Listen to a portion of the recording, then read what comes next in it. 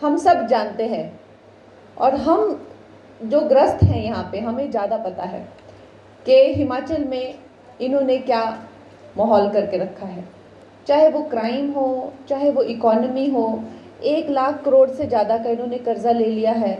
चाहे वो चिट्टे से ग्रस्त युवा हो या बेरोजगारी हो, ये हम लोग तो ये पीड़ा को भोग रहे हैं। तो हमें पता है कि कांग्रेस के चुंगल में आकर हम लोगों ने कितनी बड़ी गलती कर दी। जो भी है, ये बात बिल्कुल सही है और पूरा भारत जानता है कि हमारा जो हिमाचल प्रदेश है ये एक सनातनी लोगों की जगह है। यहाँ पर लोग जो है बड़े ही भोले हैं, सीधे हैं और संस्कारी लोग हैं। हमारे यहाँ पर कभी नहीं हमने सुना था मैं औता तुम्हारे घर आंगना रही आई औता मेरे तक कितने रिश्तेदार है सुंदरनगरा। हमने कभी नहीं सुना कि भाई यहाँ पे ऐसे हो रहा है, खून हो गया, ऐसे हो गया। कब सुना ही नहीं था कभी ऐसी बातें। जब हम चंडीगढ़ भी गए, मैं इसके बाद मैं मुंबई भी गई, तो मुझे ये जान के इतनी हैरानी हुई कि ऐसे क्राइम घर बार देश में हो जाते हैं। तो मैं सबको कहती थी कि हमारे हिमाचल में 0 क्राइम रेट, कोई क्राइम नहीं होता है। ऐसी हमारी इतना हमारा शांत और सुशील ऐसा हमारा प्रदेश। और देखो इन्होंने क्या कर दिया है। जिस चीज़ पे मुझे सबसे ज़्यादा गर्व था वो चीज़ भी इन लोगों ने बिल्कुल ख़त्म कर दी। आए दिन खून, डकैतियाँ, ड्रग एडिक्शन, पूरी तरीके से वो बेटियों पे हमले, वो कुल्हाड़ी से मारा था, रेप, ये इस तरह की करतूतें हो रही हैं। और खैर बेटियों का तो इन्होंने कभी आदर किया ही नहीं। आपको पता है जब मुझे टिकट भी मिली थी तो इन लोगों ने कैसा षड्यंत्र रचा था। और जबकि इनकी यहाँ पे सरकार थी, इन्होंने मुझे नीचा दिखाने के लिए, मुझे गिराने के लिए इस सारे मंडी क्षेत्र को जो है इन लोगों ने अपनी चपेट में ले लिया। और क्या बोला कि भाई मंडी कैसी मंडी है, यहाँ पे क्या भाव है लड़कियों के। सोचिए, इस तरह की इन लोगों की गंदी ये राजनीति नहीं है, इसको राजनीति नहीं कहते, ये एक तरह से इनकी गंदगी है। अभी भी आप देखिए, एक तरह से राजनीति अपनी जगह होती है, लेकिन हर दिन राजा बाबू जो है यहाँ का, एक तो वो है जो संसद भवन में हमें देखने को मिलता है, राजा बाबू, सोनिया का लाल, और यहाँ पे प्रतिभा का भी लाल है। तो वो राजा बाबू रोज मीडिया को बुला के झूठ फैलाना, लोगों को भ्रमित करना, इस तरह की बातें करना। कंगना कहाँ है, कंगना कहाँ, अरे उसकी माता जी कहती है कि उसको 3 साल हो गए सांसद बने। क्या मुझे 3 साल हुए सांसद? जुलाई में हम लोगों ने शपथ ली है, मात्र 8-9 महीने भी नहीं हुए हैं। 2 तो उसमें बजट सेशन हो गए, रेन सेशन हो गया, विंटर सेशन हो गया, बीच में एक और सेशन था। 4 से 5 महीने तो हम लोग को संसद में ही समन आए थे कि भाई यहाँ पे रहो। रोज मैं संसद जा रही हूँ, मैं वहाँ क्या काम कर रही हूँ? और मेरा तो अच्छा खासा काम था जिसको छोड़ के मैं संसद भवन में बैठी हूँ, और मैं क्या काम वहाँ पे कर रही हूँ? फिर भी यहाँ पे रोज मीडिया को बुला लेता है, कहाँ है सांसद, मुझे नहीं दिख रही, मुझे नहीं दिख रही। भाई तू ढंग के जगह पे देख अकाउंट पे, तब तो तुझे दिखेगी। और यहाँ पे लोगों को भ्रमित कर रहा है। 3 साल हो गए, दिखती रही है, दिखती नहीं है। मैं, आप मानिए कि मैं पहली संसद हूँ, जब मैं भरमौर गई तो मुझे कहा कि भाई हमने तो यहाँ पे MP देखा ही नहीं था कभी। भरमौर से रामपुर में सांसद निधि दे के आई हूँ। इस वक्त प्रतिभा जी ने आज तक कभी किसी को सांसद निधि नहीं दी, किसी को भी नहीं। मैं मात्र इन 7-8 महीनों में 1.5 से 2, और ये अगर ये मेरी ये विजिट को मिलाया जाए तो 4 से 5 करोड़ की सांसद निधि मैंने ये 4 महीनों में ही दे दी। तो ये झूठे लोग हैं, मक्कार लोग हैं ये एकदम। और आप जानते हैं कि 2014 से पहले अगर हम टीवी ऑन करते थे, ये घोटाला, वो घोटाला, चारा घोटाला, 2G स्कैम, 3G स्कैम, कोयला घोटाला, कितने घोटाले होते थे। और पॉलिटिशियंस किस चीज़ के लिए जाने जाते थे कि ज़्यादा बड़ा स्कैमस्टर कौन है। और आज देखिए हमारे प्रधानमंत्री, क्या बेदाग उनका चरित्र है। क्या कोई उन पर कोई इल्ज़ाम लगा सकता है? तो ऐसा थोड़ी होता है। आप चोर हैं तो दुनिया चोर बोलेगी, आप ईमानदार हैं तो अब देखिए मोदी जी के पीछे सारे पड़े हुए हैं, ये मिलीजुली सरकार, सब पड़े हुए, लेकिन एक भी इंसान कोई उनके चरित्र में दाग नहीं दिखा सकता कि जी ये घोटाला कर लिया या ये खा लिया या उनको जेल गए, कोई नहीं कह सकता। तो दोस्तों, ये जो कांग्रेस है, इनकी क्या विचारधारा है? आज हम लोग यहाँ पे अगर एकत्रित हुए हैं तो हमारी एक विचारधारा है, जिसको RSS आइडियोलॉजी कह लीजिए या राइट विंग आइडियोलॉजी कह लीजिए या सनातनी विचारधारा कह लीजिए, संस्कारी विचारधारा भी कह लीजिए। इनकी क्या विचारधारा है? इनकी विचारधारा है चोर चोर मौसेरे भाई, जहां ये मिले वहां तो चोर इकट्ठे हुए और डाकुओं की गैंग बन गई। आप कभी ये मान सकते हैं कि आप कभी ये कल्पना कर सकते हैं कि चुनाव से एक हफ्ता पहले, मेरे चुनाव में भी अंबिका लांबा जी आई, एक दिन पहले क्या कुछ भी 8,000 तनख्वाह हम महिलाओं को लगाएंगे, 8,000 तनख्वाह लगाएंगे, 50,000 हम इसको दे देंगे, 50,000 कुछ भी अंट संट बोल रही है, कुछ भी, कोई फिक्र नहीं पड़ी। और झूठ बोलो, पता है उनको कि वो लोग झूठे मक्कार तो है ही। हमारे दल में देखिए, हमारी राजनीतिक दल में देखिए, प्रॉपर हमें स्कीमें आती है, ये स्कीम की पढ़ाई करो, ये नहीं आपने ये डिजिट उस दिन गलत बोला था, ये नहीं, इतनी बेटियों को स्कॉलरशिप मिली है, इतनी का, ये सब हमारी इतनी क्लास लगती है कि भाई हर चीज़ की एक्यूरेसी होनी चाहिए, क्योंकि हम सत्यवादी हैं, हम सनातनी संस्कृति से जुड़े हुए हैं। और ये अंग्रेजों की भूली बिसरी औलादें यहाँ पे बची हुई हैं। ये है कांग्रेसियों की हकीकत। देखो जानते सब है, मुझे फिर बोलते हैं कि भाई ये तो बता देती है, सबको पता है कि इनकी क्या संस्कृति है और ये क्या है और कहाँ से आए हैं। तो दोस्तों हम लोग इनके चुंगल में कैसे आ गए, हम लोग इनकी चपेट में कैसे आ गए?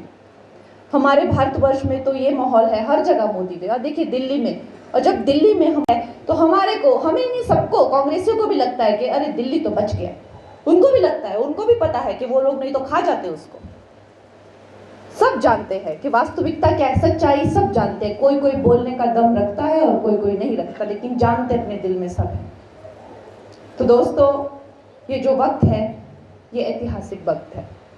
अब मेंबर ऑफ पार्लियामेंट तो पहले भी बने होंगे और अच्छे बने होंगे, लेकिन इस वक्त जब मैं वहाँ बैठती हूँ और जो ऐतिहासिक निर्णय, मैं पिछले हफ्ते की मैं आपको बात बताती हूँ, वक्फ बोर्ड, क्या ये काला कानून बनाया हुआ था? ऐसे न जाने कितने कानून हैं इस देश को लूटने के लिए, इस देश को खोखला कर देने के लिए। अंदर ही अंदर पूरा दिमाग इसको खा जाएगी और एक दिन हम खड़े होंगे, वो पेड़ गिर जाएगा, हम सोचेंगे आज अचानक से कैसे गिर गया। अचानक से नहीं गिरा, ये इसको बनाने के लिए पूरी साजिश हुई है और कई सालों से जो है इसको गिराया जा रहा है।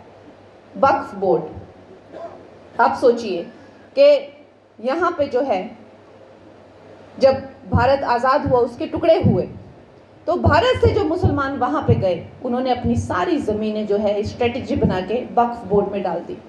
लेकिन पाकिस्तान से जो हिंदू यहाँ पे आए, उनकी जो ज़मीनें हैं पाकिस्तान की गवर्नमेंट ने जो है वो हड़प ले ली। नेचुरल सी बात, ऐसा ही होता है। यहाँ पे इस चीज़ को जो है एक साजिश बना के, षड्यंत्र बना के कांग्रेस वालों ने इनको ऐसे काले कानून बनाए कि वक्फ बोर्ड को इतनी ताकत दे दी कि ये इस देश के संविधान से, इस देश के कानून से परे हैं।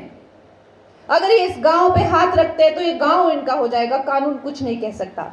अगर ये इस मंदिर पे हाथ रखते हैं तो ये मंदिर उनका हो जाएगा, कानून कुछ नहीं कर सकता। इस तरह की साजिश है और वो करते जा रहे हैं। न जाने कितने लाखों एकड़, न जाने कितने लाखों किलोमीटर का मैं कहूंगी एरियाज उन्होंने जब्त कर लिए। 3-4 पाकिस्तान बन सकते हैं, इतना एरिया जो है हड़प लिया है। और वहाँ पे जो है अमित शाह जी बता रहे हैं, पूरा उस बिल के बारे में बता रहे हैं कि हम जो है एक रेगुलेटरी बॉडी, जिसको कह लीजिए ये गवर्नमेंट के अंडर आएगा, ये जैसे डीसी हो गया, कलेक्टर हो गए, उनके अंडर आएगा। नहीं, कोई कुछ नहीं सुनेंगे, शोर हंगामा, उछलना कूदना, तर्क की तो कोई बात इन्हें समझ आती ही नहीं है। यही हमारे साथ करते आए हैं, हमेशा डरा के धमका के हमें हमेशा डराया हुआ है। हम अब हिंदू राष्ट्र नहीं बोल सकते, हम मंदिर में पूजा नहीं कर सकते, आरएसएस को टेररिस्ट ऑर्गेनाइजेशन बना के डिक्लेयर किया हुआ है, हम खुद को सनातनी नहीं बोल सकते, बस डरे हुए हैं। पाकिस्तान अटैक करता है, हम अटैक बैक नहीं कर सकते, हम डरे हुए हैं। डरा के रखा हुआ है, दबका के रखा हुआ है इन लोगों ने। क्यों? मुट्ठी भर ये लोग हैं, क्योंकि हमें कोई हिम्मत देने वाला, हमारा कोई नेतृत्व ऐसा नहीं था। मैं कहती हूँ इससे पहले भी हम लोग सब यहाँ पे सनातनी हैं, लेकिन इससे पहले भी सरकारें रही हैं। अटल जी की सरकार देखिए एक बार उन्होंने कैसे, मतलब कितनी मुश्किल से चलाई। राष्ट्रवादी थे वो, एकदम अव्वल दर्जे के राष्ट्रवादी थे, उसमें कोई दो राय नहीं है। बहुत उनकी जो देश के लिए जो देश प्रेम है उसकी कोई तुलना नहीं है। लेकिन क्या वो काफी है? आप खुद सोचिए, पार्लियामेंट पे हमले करा दिए, हर जगह टेररिस्ट अटैक, हर जगह जो है उन्होंने आतंक फैला दिया, क्योंकि ये मिले हुए हैं पाकिस्तान से। आपको पता है किस तरह की स्थितियां इन्होंने यहाँ पे कर दी। और आज देखिए हमारे जो नेतृत्व है उनका दम देखिए, वो ओपन सर्जिकल स्ट्राइक करते हैं और इनकी ऐसी बैंड बजा के रखिए कि देखिए पाकिस्तान अपना कभी मुंह नहीं खोल सकता। वक्फ बोर्ड पे जब ये बिल लेके आते हैं तो अमित शाह जी जो है वो बिल को जब पूरी तरह से वहां पे एक्सप्लेन कर रहे हैं तो सामने से इन लोगों ने शुरू कर दिया। हम देख रहे हैं, कुछ नहीं सुन रहे, शोर मचा बड़ा बड़ी हल्ला गुल्ला की रहा, चिंगिरे गुलाड़ी नहीं दे कर दे। और इन्होंने बोला कि आप लाइए, हम लोग तो सड़कों पे आ जाएंगे, हम खूनो खून कर देंगे। और उस दिन मैंने देखा अमित शाह जी ने शेर की तरह ललकार के उनको बोला कि ये बिल आएगा और मैं देखता हूं कौन सड़क पे आके कौन हंगामा करता है। इस तरह की स्थिति थी दोस्तों, हमारे रोंगटे खड़े हो गए। इस तरह का जो हमने माहौल देखा, और जब वो बिल पारित हुआ तो हमें वोटिंग करने के लिए कहा। उस वक्त वो संसद भवन हमारा तो खैर पहली बार है, हम देख रहे हैं ये पहली बार में किस तरह से ये होता है। इससे पहले हमने कभी, ये हमारा बैकग्राउंड भी ऐसा नहीं है पॉलिटिक्स का, तो लॉक कर देते हैं दरवाजा और कहते हैं कि हर एक जो मेंबर ऑफ पार्लियामेंट है वो इतना कीमती है कि अभी कहीं आप जा नहीं सकते, सरकारें गिर जाएगी। एक वोट की इतनी अहमियत होती है। तो उस वक्त पर हमें समझ आता है कि जो हमारी मंडी की जनता है उन्होंने मुझे यहाँ कितने बड़े दायित्व के साथ भेजा है। और जब मैं वो बटन दबाने जाती हूँ तो मैं आप सबका स्मरण करती हूँ। और धन्य है ये मंडी की जनता जिन्होंने मुझे अपना प्रतिनिधि बनाकर भेजा है। और आज मैं आप लोगों की वजह से आपको बहुत दिल से आभार व्यक्त करती हूँ और आपकी बहुत धन्यवादी हूँ। और जिन लोगों ने जो है हमें शर्मिंदा करने की कोशिश की थी कि भाई इनका नाम खराब कर दो, मंडी की बेटियों का नाम खराब कर दो, उनका मुंह काला कर दो, इनको मंडी में भाव क्या है सब बोल के, आज उनके मुंह पे भी तमाचा पड़ा है कि मंडी की जनता ने एक बेटी को अपना प्रतिनिधि बनाकर भेजा है। दोस्तों, मोदी जी ने चाहे सीए हो चाहे 370 धारा परिचित है। अभी जैसे मणिपुर में भी राष्ट्रपति शासन जो है लागू किया, उन्होंने जो देश के लिए किया है और देश जो है आज जिस रास्ते पर है और हमारा पूरे विश्व में जो तबका है वो हम सब जानते हैं। आप लोग सब बड़े सक्रिय कार्यकर्ता हैं और आप लोग मुझसे ज़्यादा जानकारी इससे रखते हैं, सब सीनियर हैं। लेकिन हमारे हिमाचल में जो दुर्दशा है हमें जो है इसे ठीक करना है। अब जो चुनाव आएंगे, जो सक्रिय कार्यकर्ता अभियान भी चला हुआ है, हमें ये बात की पूरी तरीके से जो है एक हमें मेक श्योर करना है कि जो गलती पिछली बार हुई वो हमारे हिमाचल के भोले भाले लोग जो है इन कांग्रेसियों के बहकावे में ना आए। और अगर जैसे 4 की 4 हमारी हिमाचल की सीटें जो है लोकसभा चुनाव में हमने मोदी जी की झोली में डाली, उस तरह से 68 की 68 सीटों पर हमें भगवा झंडा लहरा देना है और हर जगह जो है भगवा की लहर कर देनी है। इसके साथ मैं अपनी वाणी को विराम दूंगी। अभी मुझे लगता है लंच का टाइम भी लेट हो गया है, तो हम लोग खाना खाएंगे। और बहुत बहुत धन्यवाद भाई साहब, आपने हमारे लिए ये कार्यक्रम रखा। धन्यवाद। एबीपी माझा, उघडा डोळे बघा नीट।